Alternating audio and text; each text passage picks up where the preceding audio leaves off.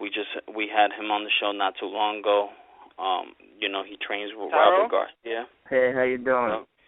What's up, Tyrone James? How's everything, guys? What's good, Tyrone? Yo, I was just calling you, man. Unless I had the wrong number there, unless there was a digit missing. But I was just calling you. You had the right number. You had the right number. Yeah, whatchamacallit, man. Yo, Barzini said you don't remember me.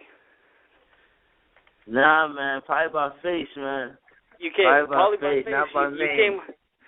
You came over my crib, man. We you agreed with me that Mayweather beat Castillo. Freaking I saw. Yeah. What's up, man? You got to tell him, man. Mayweather beat Castillo. So good. How's it going? I was telling him. Huh? I was like, how does he not remember me? I was like, well, I just seen when what was it? A couple years ago, you were like at Chuck E. Cheese. You were like, yo, you don't remember me? I was like, yeah. Yeah, I remember now. How's everything, brother? Good. I was just with I was with Brian 2 days ago, and we're like, he told me. So wait, what's your name? Is it Prettyboy or is it Jackpot? Yo, you've been going professional ever since you came to my crib like 8 years ago. No, I was amateur. No, but I'm saying you always told me you were about to go pro. Like, what? I was always what thinking happened, about man? it. My dad always made me wait. My dad always told me, let's one more year, Todd, then I'll win a tournament. Then he'll go one more year. Then this last year, after I fought Goldberg, I lost in the semis. And I looked at him, I was like, one more year? He's like, nah. He said, I think you're ready to go. And then right from that moment, I made my transition. Yeah. So, Tyrone, man, you entered the Silver Gloves, right? Yeah, I entered that. I won that. How did it all went? Tell me what age you entered the Silver Gloves and how did the tournament go? Explain to us, to the fans who didn't know your journey. I did the Silver Gloves. I would want to say I might be a little off 12 or 13 years old. And I had 4 fights in it, and I won them all. I didn't go to the Nationals. I was scared of playing. But I did win the regionals, and I won it in the States. So I did win the Silver Gloves. I also won the Junior Olympics 5 times. I won the New York State title once. I won the Empires once. What else did I win? So many. I won the Metro 3 or 4 times. And I also won the Golden Gloves in Nebraska where Terrence Crawford's from, and I won the fight of the tournament there as well. Definitely, man. I was going to ask you about them till you said all you got was shit, man. What age did you start boxing, man? 10 years old. I started off with karate, but what happened was I used to fight a lot when I was younger, and my dad and mom found a way for me to fight and not get in trouble, and boxing was it. So we started at 10, and once I first got in the gym, it was love at first sight. You know, it was like the Notebook movie. I fell in love with it, and I've been there ever since. Okay. So who gave you your toughest fight in your amateur career? Toughest fight. I would have to go with this kid named Pedro Sosa. Pedro Sosa was number 1 in the country. Oh, you fought Pedro? Yeah, I fought Pedro twice. I won the first one 3-0, and I lost the second one 2-1. Yo, yeah. I don't know if the fans know who we talking about, but, man, Pedro was the number 1 guy in, for so many years. Me and Tyrone used to box, and I kept hearing his name. And it's like, wow, man, damn, son, you giving me old memories, dog. Yeah, for Pedro. Pedro was the man, you know what I mean? That was my toughest fight of all. If I had to go to one, I had 95 fights, so if I had to just choose one, that's the first one that comes to mind, Pedro Sosa. Have to go there. Yo, he was the number 1 guy for so many years, man. Yeah, he won the Golden Gloves. He used to go undefeated. I know in New York, I think I was his first loss in New York in probably about like 6-7 years. Damn, so son. I got to take my hat off to him and myself at the same time. Is he still boxing? No, I got into a car accident, and that kind of messed up his career. He got into a coma, so kind of cut it short, but he was going to sign a contract, and he did make he was the alternate for the Olympic team, but his career got cut short with that car accident, but Sorry to I hope hear he's that. still doing well, and hope me and God both bless him. I hear that, man. Damn, I can't believe you fought. I can't believe you fought Badger. Oh shit, yo, I'm so happy for you, man. Definitely, man, for beating that guy, man. Oh shit. Yeah, man. It took a lot of hard work. You know what I mean? And dedication. Got to be focused, man, all the time, because you never know when your number's called. So I had to be ready, and I was ready that day. Definitely, man. When you enter the pros at your first fight in November 20th, man, tell me the feeling before you even started the fight. How was that feeling? The training camp and the anticipation, and you about to enter in the ring. This guy as a pro now. You've been boxing for so many years. Tell me about that whole experience and you before you started your first fight as a pro. I got you. Honestly, I wasn't really nervous, Going into a fight without the headgear, I did the Nationals a couple months prior to that pro debut, and I fought without the headgear, so I kind of knew what I was up against. The only thing that pretty much got me nervous was when the referee comes up to you and he tells you, no holding. If you knock the guy down, go to the neutral corner. If you hit him after the bell, we'll disqualify you. That's when I realized it's real, and I'm actually having my pro debut. Because in the amateurs, the referee doesn't come up to you. You just go in the ring, you should ref there, he sees your mouthpiece, make sure your headgear is okay, and he goes box. But from that moment, when he came in my dressing room and talked to me, and you walk in the back and your name is on the wall, tells you you're in this dressing room, and there's a guy following you, you got your own inspector and all that stuff, it shows you how real it actually is. And I was nervous then.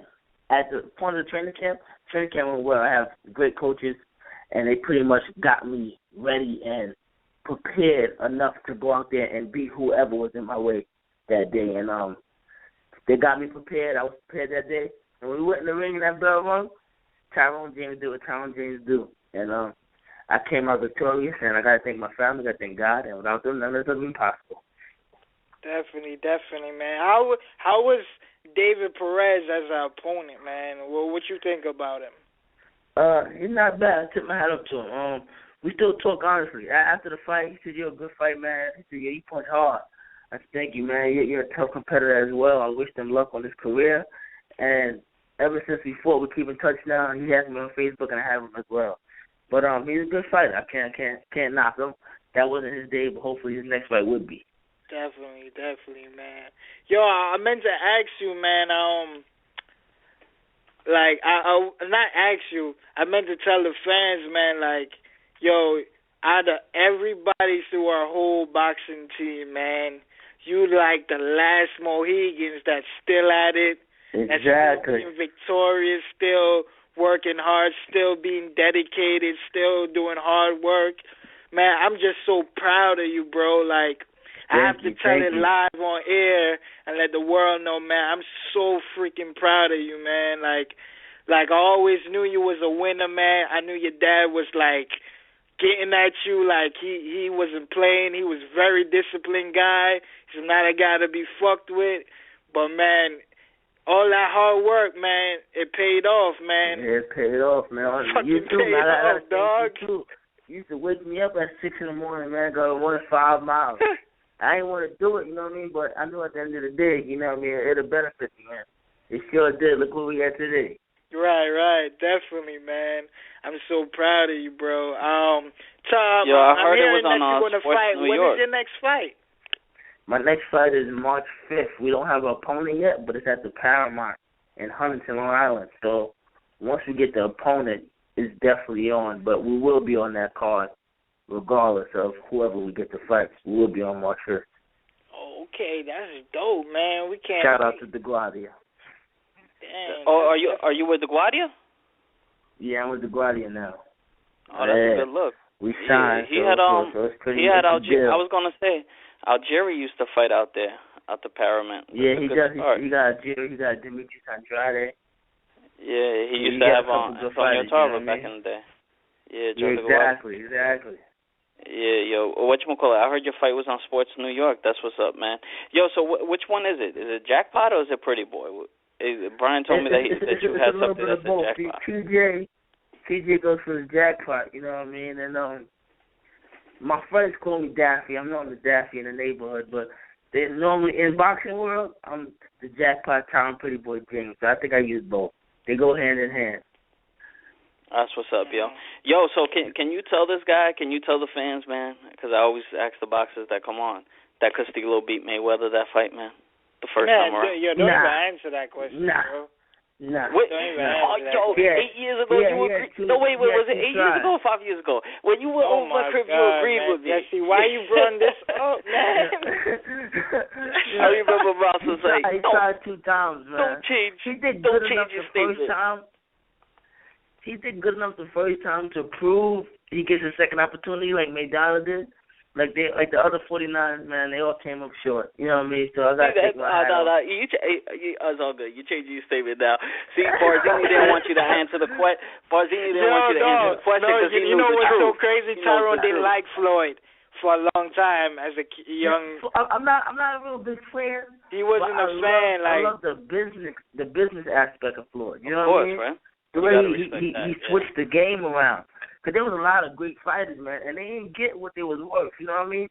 He's really pulling out what he's worth, you know what I mean? He's getting what he's worth, and I adore that about him. And his style is perfect. He doesn't get touched, you know what I mean? Regardless of who we put him up against, and people could hate on him and go, oh, if Floyd fought this guy, he won't do this. And then he fights him, and then they come with another excuse. Oh, he fought him too late. Or, oh, he wasn't in the best shape, or he just came off a loss. So there's always an excuse, but he always finds a way to win, you know what I mean? Even on a bad day, he finds a way to win. So I got to take my hat up to him. You know what I mean? Anybody that can do that, you got to respect him. You know what I mean? Who was your favorite fighter growing up, Tyrone? My favorite fighter right now? Oh, Terrence Crawford. Terrence Crawford by far. Oh, okay. So who was your favorite fighter growing up? Oh, Roy Jones Jr. Oh, okay. What made it change your favorite fighter? Roy needs to retire. That's what made me change. Nah, Roy's still my favorite. If somebody asks who's your favorite boxer of all time, I'm going to go Roy Jones. But if we're going about the era now, okay, I can't go Roy. Roy's about, 45 years old, and he's not doing the things he was doing before. Right. He's still my great. Like, Michael Jordan is the greatest basketball player. But if you ask me who's my greatest now, I might go Steph Curry, LeBron James. But back on the boxing aspect, I got to go with Terrence Crawford. I was in a training camp for his Delorme fight, and watching him train and actually being his number one spar partner and being there with him, oh, man, the levels this guy is on is just, like, incredible. So you was there? I was in a training camp. Yeah, they flew me out. Yeah, I was the number one spar partner, the main spar partner. So we a big fan of him and shit. So yeah, he's good. He's good. I take my hat up to him, man. Are you going to see him fight in New York? Oh, of course. I got to. Okay. That's my man right there. I probably might go there with my father and shit. Definitely. You gonna see me there, man. You know what I mean? I gotta go. I gotta support. You know what I mean? They support me, so I gotta. It's only right I do the same. Right. So he's by far right now my favorite. I like Adrian Broner. You know what I mean? I like how he jokes around and his interviews and whatnot. He's cool too. But give me your top 5 favorite fighters right now. Right now. Put me on the spot. Of all time, or who's boxing right now? Who's boxing now? So let's in with the new, out with the old. All right, boom. I got you. Terrence Crawford number 1. Mm-hmm. Terrence Crawford number 1. If Floyd didn't retire, he would be number 1. Crawford would be number 2. But since he's done, number 2 would have to be A.B. Above Billions. You got to go with Adrian Broner. That's number 2. Number 3. No, matter of fact, scratch that. Number 2 is Andre Ward. Okay, number 2 is Andre Ward. Number 3 is A.B. You got to go Crawford, Ward. Ward hasn't been active that much, so that's why he's not in the number 1 spot. So he gets 2. A.B. gets 3. 4. Who gets the 4th spot? I don't know. Probably me. I think I get the 4th. I think I get the 4th and the 5th. So I'm gonna go. Yeah, that sounds about right. Oh, okay. That's definitely dope. Hey, why not, man? Loman. I like Lomachenko, and I like what's this guy's name? Spence. Spence is my man. Spence. That boy's gonna be a problem. He's killing the game right now at 147. Who? Since you on that topic, who you think is the best at 147 right now? Errol Spence. You think he could beat everybody in the division right now? I think he'd beat all of them. I think he'd be all of them. At 147, I don't see nobody touching Errol Spence now. I have to disagree with your Who do you think? With your opinion. Who you got? Like I told you off air, man. I think I'm not really sure. I can't guarantee, but if I had to just pick a gun to my head, I would pick Kell Brook. Nah. Kell Brook, because he struggled. Because if you look at the division right now, at the top 5 guys, Kell Brook has at least fought one of the top 5 guys and beat him. The thing is, they're not trying to give Spence that shot. Nobody want to fight that guy, man. Hey, man, we can't tell if you don't fight the top guys. You're right about that. Y'all gonna call me soon. So next time y'all ever call me and he does fight those top guys, I'm gonna tell y'all on the show. Remember that day I told y'all the best 47 was Errol Spence? We'll have this conversation. Well, he's ranked number 2 on Kell Brook's belt for the IBF. So we might get to see that fight. Hopefully, in the future. And I got my bets on Errol. Okay. I don't see Errol losing no time. So he's very sharp, very smart, very poised. Well, you know what I mean? He's fighting a lot of D-level fighters. So you know what I mean. Those guys is not true boxers. Yeah, but you gotta remember, at the end of the day, man, anybody can get caught with something. You know what I mean? Regardless of who the opponent is. People might say, oh, he's a bum or whatnot. Nobody thought Buster Douglas was going to be Mike Tyson. Look what happened. You know what I mean? Anybody with 2 hands got a shot at winning the fight. But you know Tyson didn't train for that fight. Nah, regardless, I'm saying, you don't know Errol Spence is going to train. Just like a man Mile lost his last fight. Nobody expected that. It's kind of hard to say, oh, this is going to be for sure win. You know that was my fight of the year. Him and Adrian Granados, man. Yeah, that's what I'm saying. Granados is one of my favorite fighters right now. Anybody can pull off a victory with 2 hands, man. So, Tyrone, do you know I went to see the Jacobs. Weren't you a big Jacobs fan too? Or that was your brother more? Yeah, I like Danny J. Danny J. I was in the training camp too back in the days. Vic was alive. Rest in peace to Victor Roundtree. I was also in that training camp as well. Danny's my man. Yo, I was at the Jacobs Quillen fight, and there was a fighter from Elmont, Titus Williams. You know who that is? You know Titus Williams? Yeah, that's my man. He lives up the block from me. Oh, he fought on the undercard. Yeah, I didn't see the fight. I wasn't there. What you thought about it? No, yeah, I mean he did. You know, he did his thing, but he was repping Elmont, so it caught my attention. You know, I was like, yeah, very, very crafty kid. He won the Golden Gloves twice. Very sharp. You know what I mean? I take my hat off to him. He actually trains in my gym, so my coach. Yeah, Hervey won the Golden Gloves too, right? Yeah, Hervey won it. Yeah, Hervey did win it. If I'm not mistaken, he'll get mad if I forget the year, but I think in 2010 he won it. He won it at 165. Hervey nice too. Yeah. That's what he wanted to do. He never. Yeah, he was up. He's too up there in age to go pro though. That's the only thing. Nah, Hervey's young. You know what I mean? He got that. He's young. I think he could have done it, but he just wants to go to now. If he debuts now, you're saying? Oh no, if he would have debuted at that time, I think it was 28, 27. You know what I mean? Oh, still not bad. You know what I mean? But he just didn't want to do it for the fact that he just wanted to win the Golden Gloves. You know what I mean? He probably didn't like the run aspect and all that and all the training. He just wanted to fight most fighters. So he got done with that. He won the Golden Gloves and he tied it up. You starting off at a good weight class, man. Welterweight, you're jumping right in there, the busiest one, huh? Yeah, the busiest weight class. 47 is a popping weight class, but as I go up in the range, I might cut it down to 140, and I might stay at 40 and when it's time for belts and whatnot. But for the beginning stages, it makes sense to kill myself because we're going to be fighting probably every other month or whatnot. So I stay at 47, and then once I become the top 10, top 15 guy, then we'll start making my way down to 140 and whatnot. Have catch weights 44, 43, 42 till we can finally make the weight. Yo, I'm gonna check out the man. How many fights you think you might have today? This year, I mean. This year, should the contract to have 4 is the least. So my first fight will be March this year. My second pro fight, my first on this contract.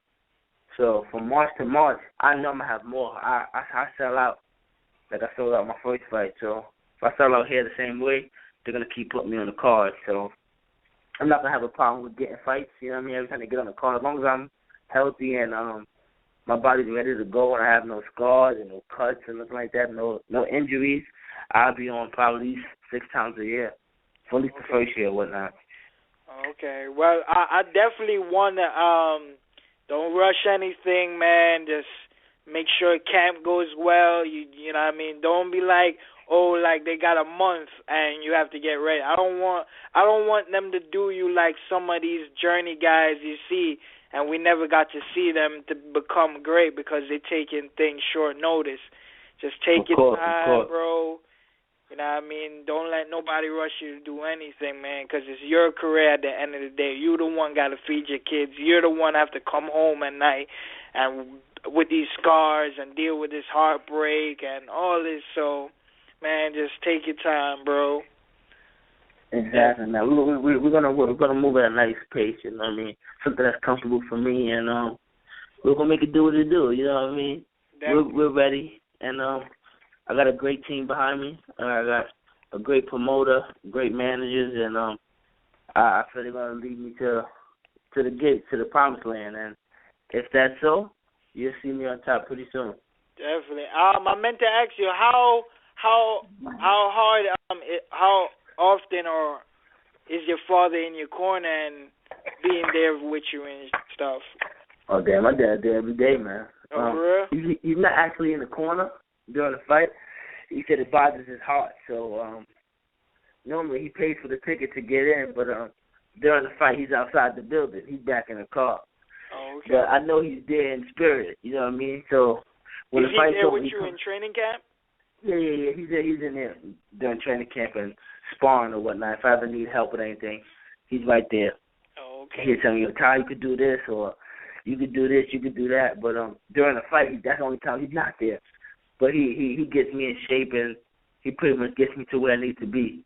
As do my coaches as well, but he's there. You know what I mean? I got to take my hat to my pops. Definitely, man. Salute that brother, man. Definitely. I got so much love for your pops, man. Thank you. I appreciate that. You know that. Definitely, man. Is anything else you want to let the fans know to look out for, man? Nah, just know I'm coming soon, man. And y'all can follow me on IG at Prettyboy_Daffy. That's about it. But we here to stay, and just stay tuned. Definitely. Tyrone, man, best wishes, brother. Good luck on the Thank you, man. I appreciate it. Thank you so much, man. Yeah. Of course, you know that. Well, yeah, man. Well, thank you for coming on the show tonight, Tyrone. It's always a pleasure hearing your voice, man. And definitely. And I know you're going to win in March 5th, man. Thank you. And you will be and be new. Bro, thank you so much, man. I appreciate it. All right, man. All the respects, man. Have a blessed night. All right, you too, brother. Peace.